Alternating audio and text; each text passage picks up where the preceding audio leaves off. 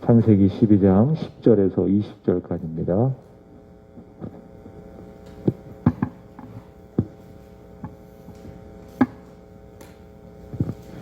구약성경 창세기 12장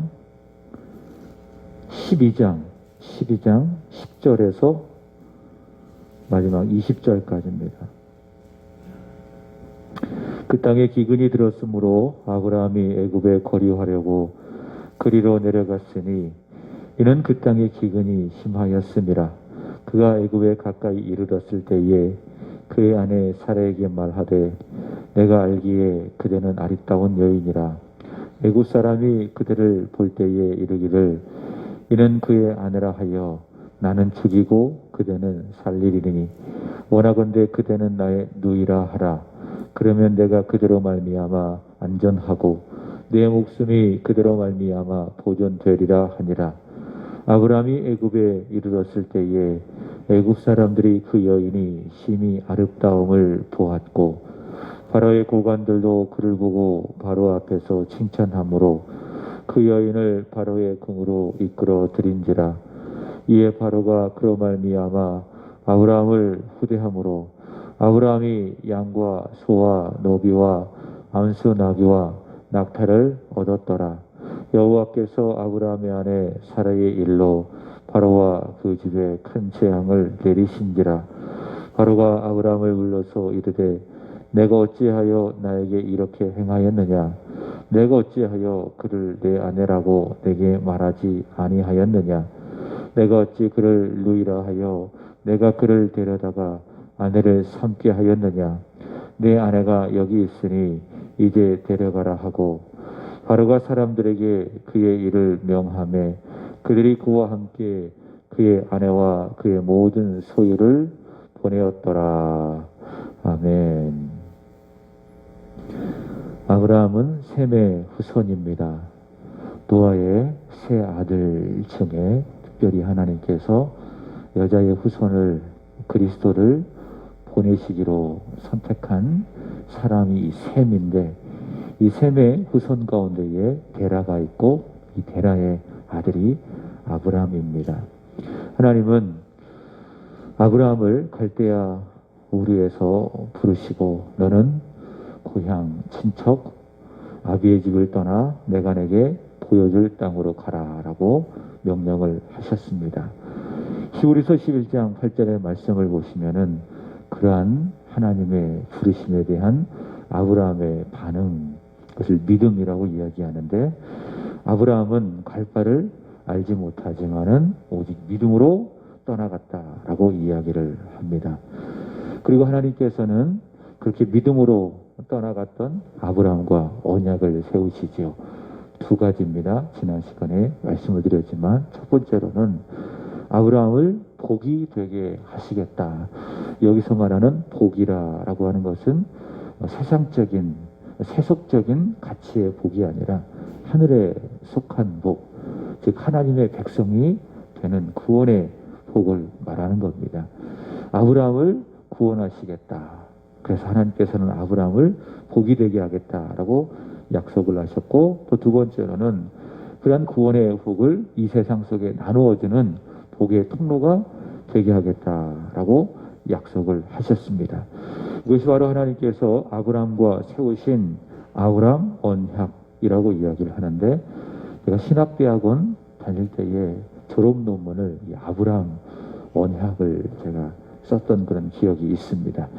자, 이런 아브라함의 언약은 아브라함의 후손인 예수님을 통해서 완성이 되고 성취가 되죠. 그래서 아브라함의 후손인 예수 그리스도를 믿으면 모든 민족이 그를 통해서 구원을 받게 되는 겁니다. 자, 오늘의 말씀은 그러나 아브라함이 하나님의 이 언약을 온전히 믿지 못했던 아브라함의 실수, 아브라함의 잘못을 말씀을 하고 있고 그렇지만 그럼에도 불구하고 하나님은 살아계시고 또 하나님께서 아브라함과 맺으신 그 언약은 살아있기 때문에 하나님께서 아브라함에게 은혜를 베풀어 주신 것을 기록을 하고 있습니다. 본문 10절의 말씀을 보시면은 그 땅에라고 이야기하고 있는데 그 땅이라고 하는 것은 가나안 땅을 말하는 겁니다. 갈대아 우르에서 그 먼 거리를 오고 또 오고 그래서 결국에 도착하게 된 그 하나님께서 보여주시는 땅 가나안 땅. 자, 그 땅 가나안 땅. 자, 그 땅에 무엇이 찾아왔습니까? 자, 기근이 찾아왔죠. 자, 기근이 찾아왔습니다. 신명기 11장 10절에서 17절까지 말씀을 보시면은 가나안 땅이라고 하는 그 땅은 그 자체적으로 보면 낙원이 될 수가 없습니다. 낙원이 될 수가 없습니다. 근데도 불구하고 하나님께서는 그 가나안 땅을 낙원이라 젖과 꿀이 흐르는 땅이라 그렇게 말씀을 하고 있는데 어떤 의미에서 그런가? 하나님의 시선이 머무는 땅이기 때문에 하나님의 손길이 있는 땅이기 때문에 그래서 그 땅을 가나안 땅이라고 이야기합니다.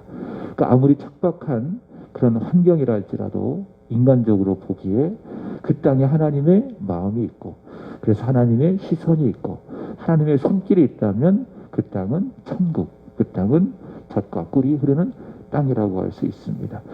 우리의 가정도 마찬가지입니다. 비록 물질적으로 조금 부족하고 또 삶의 형편이 어렵다 할지라도 여호와께서 지배하시고 여호와께서 복을 주시는 곳이라면 그 가정은 천국이라고 할 수 있습니다.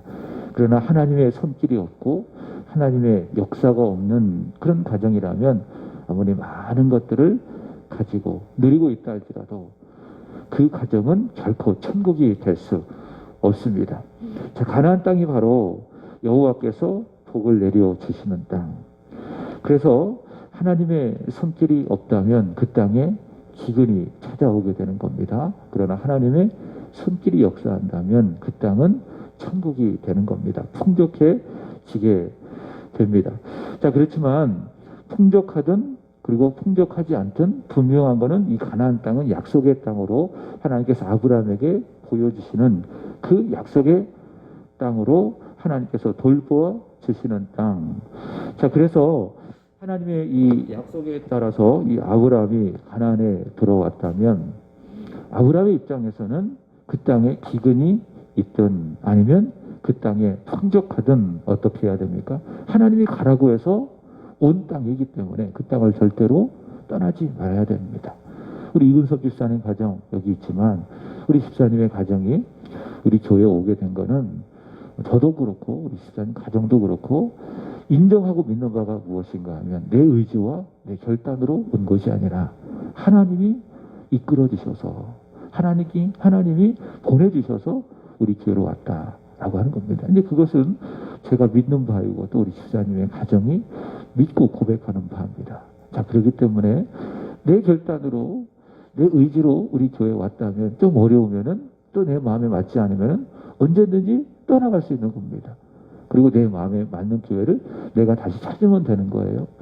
그렇지만 내가 우리 세안교회에 와서 한 지체가 되고 또 여기까지 오게 된 것이 내 의지가 아니라 하나님이 간섭하셔서 하나님이 이끌어 주셔서 오게 되었다라고 믿고 있기 때문에 조금 힘들어도 때로는 마음에 어려움이 있어도 어떻게 할 수가 있습니까? 여기 있는 거예요. 하나님께서 있으라 할 때 그때까지 있게 되는 겁니다. 자, 그것이 바로 우리가 가지고 있는 도에 대한 믿음이어야 되는 거예요. 여기 아브라함도 마찬가지예요. 그 먼 거리를 오직 말씀 하나 붙들고 왔어요. 그 가나안 땅에 드디어 도착을 했어요. 근데 그 땅에 기근이 찾아왔어요. 그 약속의 땅에 하나님께서 보여주신 그 땅에 기근이 찾아왔습니다. 그럼 어떻게 해야 됩니까? 이 기근 때문에 먹고 살기가 어려워졌구나. 저 애굽으로 가자. 이렇게 하는 거는 하나님의 약속에 대한 하나님의 일하심에 대한 신뢰가 부족하기 때문에 믿음이 연약해졌기 때문에 믿음이 없기 때문에 이 아브라함은 자, 그 땅에 기근이 들었으므로 어떻게 하고 있어요? 10절 보시면은 애굽에 거류하려고 그리로 내려갔다라고 이야기하고 있습니다. 아브라함은 하나님의 약속보다 하나님의 말씀보다 이 기근이 들었다라고 하는 그 상황을 더 크게 보았고 하나님보다 애굽이 주는 그 풍족함을 더 신뢰하게 되니까는 그 땅을 떠나서, 그 약속의 땅을 떠나서 애굽으로 가서 거기에 거류한 겁니다. 여기서 거류하다라고 하는 말은 장기 거류가 아니라 그 땅에, 가나안 땅의 기근을 피하기 위해서 잠시 일시적으로 그 가나안 땅을 떠나 애굽에 갔고 거기에서 살았다라고 하는 의미입니다. 자, 지금 이 아브라함의 이 모습, 자, 그가 갈 바를 알지 못하나 믿음으로 나아갔던 그 아브라함의 믿음의 모습. 근데 그게 이제 갈대아 우르에서 아브라함이 하나님 앞에 보여주었던 그 믿음의 모습인데, 그 믿음의 모습이 지금 하나도 발견될 수가 없습니다. 하나님, 기근이 찾아왔습니다. 우리 가족들, 또 우리의 식솔들 이곳에서 먹고 살아야 되는데 하나님 어떻게 하겠습니까? 하나님께 기도하지 못하고 또 묻지도 못하고 하나님의 도움을 신뢰하지도 못하고 그저 이 기근이 왔다라고 하는 이 상황만을 바라보고 애굽의 풍족함만을 바라보고 그 가나안 땅을 떠나게 되는 아브라함의 믿음 없는 그런 모습을 볼 수가 있습니다. 그래서 우리는 배우는 거예요. 믿음이라고 하는 건 끊임없이 유지하게 되는 겁니다. 갈대아 우르에서 아브라함의 믿음은 충만했어요. 오늘날로 말한다면 100% 충만한 믿음. 근데 이 약속의 땅에 들어와서 기근을 눈앞에 딱 만나게 되어지니까는 그 100% 충만했던 믿음이 다 사라지고 연약해지고 거의 믿음이 없어져서 가나안 땅에 기근으로 인해서 그 땅을 떠나 애굽으로 떠난 것을 볼 수가 있습니다. 이제 기영이는 이제 다음 주 화요일이면 중국으로 떠나고 합니다. 저와 만난 지 한 4개월 정도 되어지는데 우리 교회를 만나고 또 저를 만나서 우리 기영이가 믿음이 좋아졌어요. 제가 보니까 믿음이 그래도 좋아졌어요. 예배 드리는 모습이라고 하든지 또 성경을 믿고 또 이해하는 모습이라고 하든지 이런 모습을 볼 때에 우리 기영이의 믿음이 좋아졌어요. 근데 중요한 거는 그런 믿음을 내가 갖게 됐는데 우리 교회 오기 전보다 그 믿음을 내가 어떻게 잘 유지해 나가느냐. 근데 그게 중요한 거예요. 그러니까 거기에서도 말씀을 읽고 또 말씀을 붙잡고 기도하고 또 가까운 교회 가서 한국 교회, 한국 사람이 있는 그런 교회 가서 예배 드리고 그래서 내가 가지고 있었던 이 믿음을 잘 말씀과 기도로 관리하고 유지해 나가는 것이 중요하다라고 하는 거예요. 지금 아브라함이 그렇습니다. 갈대아 우르에서 가지고 있었던 그 믿음을 끝까지 유지하지 못하고 하나님께서 보여주신 그 땅에서 위기가 찾아왔다고, 어려움이 찾아왔다고, 기근이 찾아왔다고, 그 어려움을 모면하기 위해서 그 약속의 땅을 떠나 가나안 땅으로 가는 아브라함의 이 믿음에 있어서 무너지고 실패한 연약한 모습을 볼 수가 있습니다. 자, 그 다음에 이어지는 아브라함의 두 번째 실수, 두 번째 잘못이 나와요. 첫 번째 잘못은 그가 약속의 땅, 가나안 땅을 떠나 어디로 갔어요? 기근이 찾아와서 애굽으로 간 것. 그것이 바로 첫 번째 아브라함의 실수라면 이어지는 두 번째 아브라함의 실수와 잘못이에요. 11절 보시면은 애굽에 도착하지도 않았습니다.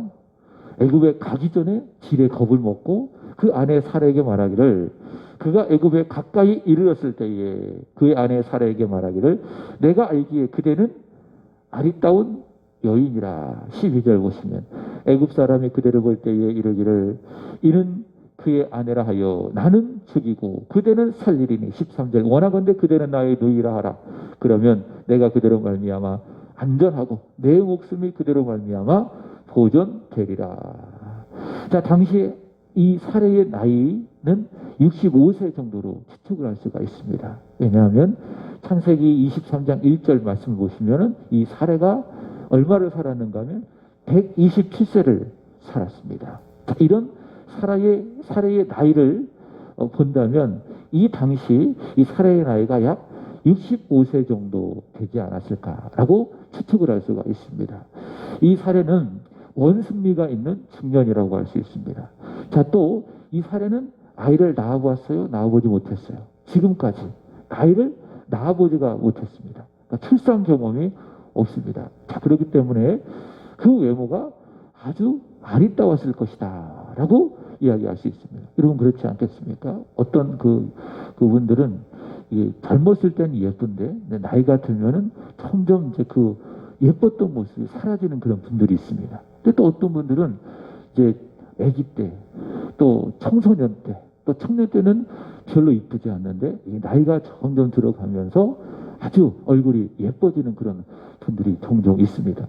이 사례의 경우 같은 경우에는 그랬던 것 같아요. 뭐 어렸을 때, 젊었을 때의 그 외모는 알 수가 없지만은 지금 이 당시 이 사례의 이 외모는 아주 아름다운 그런 여인의 그 중년의 여인의 그 아름다움을 가지고 있었던 것을 볼 수가 있습니다. 11절 보시면은 그거는요, 이 사례의 이 외모의 아름다움은 아브라함만 보기에 아름다운 것이 아니었습니다. 아리따운 여인이라. 이거는 애굽 사람들도 인정할 수밖에 없는 그런 외모였습니다. 14절 보시면은 아브라함이 애굽에 이르렀을 때에 애굽 사람들이 그 여인을 보니 어땠어요? 힘이 아리따웠다. 이 성경이 이렇게 이야기하고 있죠. 아브라함이 볼 때는 그냥 아리따웠던 거예요. 그러나 애굽 사람들이 보았을 때 어땠습니까? 힘이 아리따웠어요. 힘이 아리따웠다라고 하는 겁니다. 그래서 이 아브라함이 생각하기를 이 내 아내가 이렇게 아름다우니까는 내가 애굽에 들어가게 되어지면은 사람들이 나를 죽이고 이 사례를 자기의 아내로 빼앗아 가겠구나라고 하는 그 불안감이 찾아왔습니다. 그래서 아브라함은 그 사례의 아름다움을 이용을 해서 그 사례로 말미암아 자기의 목숨을 보존하려고 했습니다. 이게 이제 아브라함의 실수죠. 아브라함의 잘못이죠. 창세기 12장 2절의 말씀을 보시면은 하나님께서 아브라함에게 언약하신 바가 있습니다.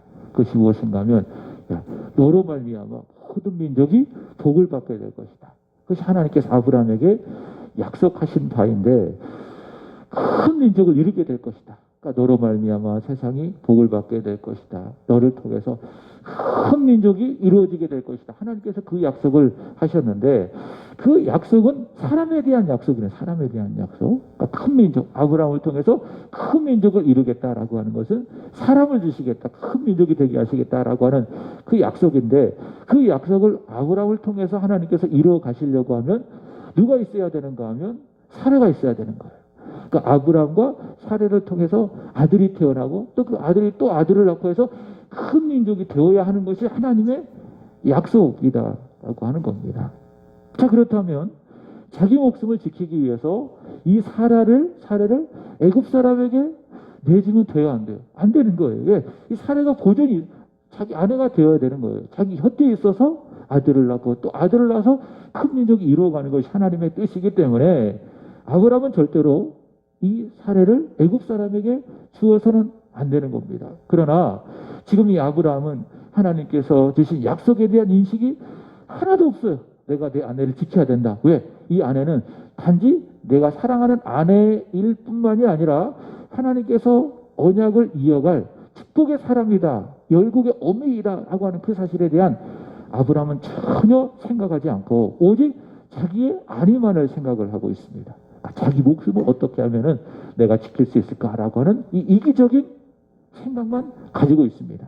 이게 아브라함의 실수, 아브라함의 잘못입니다. 자, 결국 아브라함은 15절을 보시면은 바로의 고관들도 그를 보고 바로 앞에서 칭찬함으로 그 여인을 바로의 궁으로 이끌어들였다. 결국 어떻게 됐어요?